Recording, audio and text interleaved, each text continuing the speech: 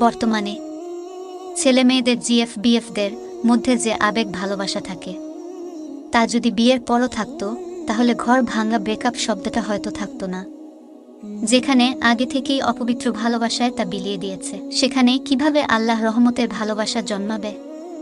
যেখানে আগে থেকেই নানা অপবিত্র ভালোবাসা জড়িয়ে আছে, কিভাবে চোখে একজনকে অপরূপ সুন্দর জীবন লাগবে বিয়ের আগে হারাম সম্পর্ক? নিজের জীবনকে ভয়ানক, যা বিয়ের পরের জীবনকেও প্রভাবিত করে তোলে।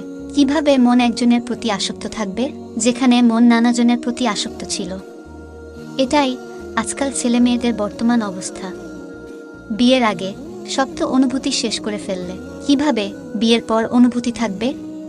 বিয়ের আগে হারাম সম্পর্ক এতটাই ভয়ানক যা বিয়ের পরের জীবনকেও সমুদ্রের জোয়ার করে তোলে।